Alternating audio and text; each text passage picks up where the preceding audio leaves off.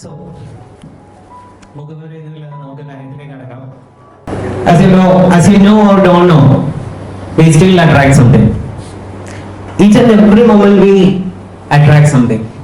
Still we are a magnet. നമ്മൾ ഇപ്പോഴും ഒരു മാഗ്നറ്റ് തന്നെയാണ്. ഈ ലോ ഓഫ് അട്രാക്ഷൻ എന്ന് പറയുമ്പോഴത്തേക്ക് എല്ലാവരും വിചാരിക്കുന്നത് എന്തോ ഇന്റൻഷനലി നമ്മൾ ചെയ്യുന്ന ഒരു കാര്യമായിട്ടാണ്. അല്ല, ഏതൊരു മൊമെന്റിലും നമ്മളൊരു മാഗ്നറ്റ് തന്നെയാണ്. ഇപ്പോൾ നമ്മൾ പലതിനെയും അട്രാക്ട് ചെയ്തുകൊണ്ടേയിരിക്കുന്നു.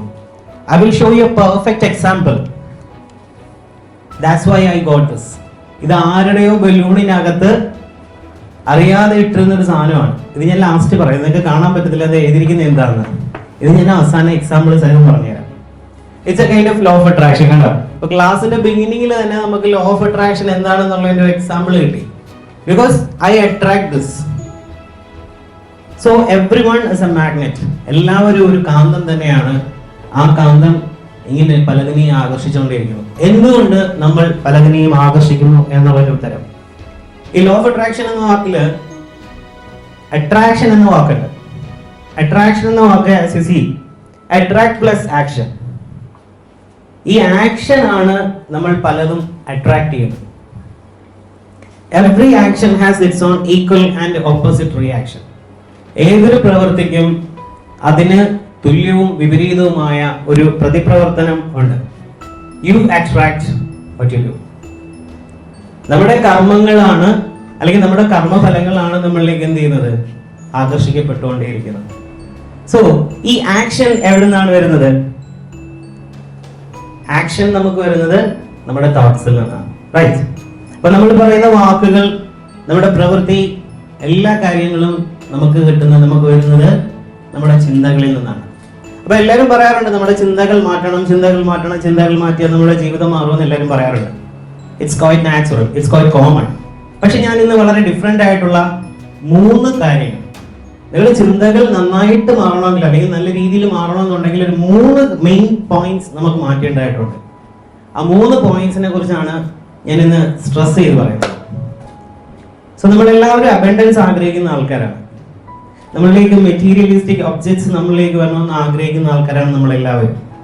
അതിന് ഒരു നാച്ചുറൽ വേയിൽ നമ്മൾ ഓടി നടന്ന് അതിനെ പിടിച്ചോണ്ട് വരാതെ താനേ നമ്മളിലേക്ക് എങ്ങനെ വരാം എന്നുള്ളതിനെ കുറിച്ചുള്ള കുറെ നാളത്തെ എൻ്റെ ലൈഫ് എക്സ്പീരിയൻസസ്, ഞാനും ഇത് പരീക്ഷിച്ച് യെസ് ഇറ്റ്സ് ഫൈൻ എന്ന് എത്തിച്ചേർന്ന ഒരു കാര്യമാണ് ഞാൻ നിങ്ങളുമായിട്ട് ഷെയർ ചെയ്യാനായിട്ട് എന്ന് ഉദ്ദേശിക്കുന്നത്. അല്ലെങ്കിൽ നമുക്ക് പോകാനായിട്ട് കുറച്ച് ചരിത്രത്തിലേക്കൊന്ന് പോകാം. ലോ ഓഫ് അട്രാക്ഷന്റെ ചരിത്രം എന്ന് പറയുന്ന ഒരു സെഷൻ ഞാൻ ഫ്രീ വെബിനാറായിട്ട് ഓൺലൈനിൽ എല്ലാവർക്കും കൊടുക്കാറുണ്ട്. അപ്പൊ അത് മൊത്തം നമുക്ക് പറയാൻ പറ്റത്തില്ല, എങ്കിലും കുറച്ച് കാര്യങ്ങൾ ലോ ഓഫ് അട്രാക്ഷന്റെ ഒരു ഹിസ്റ്ററി എന്നുള്ള രീതിയിൽ കുറച്ച് കാര്യങ്ങൾ നമുക്കൊന്ന് പറയാൻ പറ്റും. നമ്മളത് പിന്നിലേക്ക് സഞ്ചരിക്കുകയാണെങ്കിൽ നമുക്ക് മനസ്സിലാക്കാൻ സാധിക്കുന്ന ഒരു കാര്യം, the universe itself A manifestation. ഈ പ്രപഞ്ചം തന്നെ ഒരു മാനിഫെസ്റ്റേഷൻ അല്ലേ? ആരുടെയോ ചിന്തയിൽ നിന്ന്, ആരുടെയോ ബോധത്തിൽ നിന്നും ഉരുത്തിരിഞ്ഞുണ്ടായ ഒന്നാണ് ഈ പ്രപഞ്ചം. ഈ പ്രപഞ്ചത്തിൽ കാണുന്നതെന്തും അതിൻ്റെ ക്രിയേഷനാണ്. ആര് വഴി ക്രിയേറ്റ് ചെയ്യുന്നു? നമ്മൾ വഴി. ഒന്ന് ചിന്തിച്ചാൽ മനസ്സിലാക്കാൻ സാധിക്കും. അപ്പൊ ഞാൻ വഴി നിങ്ങളിലേക്ക് പല അറിവുകളെത്തി, ബിജു സാർ വഴി പല അറിവുകളെത്തി, അങ്ങനെ പല ആൾക്കാർ വഴി പല അറിവുകൾ എത്തുന്നു. ഓരോ ആൾക്കാരും ഓരോ ഇൻകാർണേഷൻസ് ആണ്, ഓരോ അവതാരങ്ങളാണ്. ആൽബർട്ട് റൈറ്റും വിൽബർട്ട് റൈറ്റിനെയും ഇവിടേക്ക് പറഞ്ഞു വിട്ടു, പ്ലെയിൻ കണ്ടുപിടിച്ചു. മാർക്കോണി ഇങ്ങോട്ട് പറഞ്ഞു വിട്ടു, റേഡിയോ കണ്ടുപിടിക്കാനായിട്ട്. ഇങ്ങനെ ഓരോ ആൾക്കാർക്കും ഓരോ ധർമ്മങ്ങളും കർമ്മങ്ങളും ഉണ്ട്. അപ്പൊ നമുക്ക് സിംപ്ലി പറയാൻ സാധിക്കും, the universe itself A manifestation. ആരുടെയോ ഒരു കോൺഷ്യസ്നെസ്സിൽ നിന്നോ ആരുടെയോ ഒരു തോട്ടിൽ നിന്നാണോ ഇതെല്ലാം ഉണ്ടായതെന്ന് നമുക്ക് പറയാൻ സാധിക്കും. കുറച്ചുകൂടെ ഇനി മുന്നോട്ട് വരുമ്പോൾ നമ്മുടെ വേദാസ് എടുത്ത് പരിശോധിക്കുകയാണെങ്കിൽ ഋഗ്വേദത്തിലെ പുരുഷ സൂക്തത്തിൽ ഇങ്ങനെ പറയുന്നു, യദ്ഭാവം തദ്ഭവതി, യദ്ഭാവം തദ്ഭവതി. നിങ്ങൾ ഏത് ഭാവത്തിൽ ഇരിക്കുന്നു അതിനെ നിങ്ങൾ ആകർഷിക്കുന്നു. നിങ്ങൾ ഏത് ഭാവത്തിൽ ഇരിക്കുന്നു അത് നിങ്ങളിലേക്ക് ആകർഷിക്കപ്പെട്ടുകൊണ്ടിരിക്കുന്നു. So we have to change that ഭാവ. അപ്പൊ ആ ഭാവം എന്ന് പറയുന്നത് നമ്മൾ എന്ത് ചെയ്യേണ്ടതുണ്ട്? മാറ്റേണ്ടതായിട്ടുണ്ട്. അത് മാറ്റിയാൽ നമ്മളിലേക്ക് ആകർഷിക്കപ്പെടുന്നത് ഗുണകരമായ കാര്യങ്ങളാക്കി നമുക്ക് മാറ്റാൻ സാധിക്കുന്നു എന്നതാണ് കാര്യം. ഓക്കെ, കുറച്ചുകൂടെ മുന്നോട്ട് വരികയാണെങ്കിൽ സജീവ് നായർ എഴുതിയൊരു പുസ്തകമുണ്ട് തഥാസ്തു.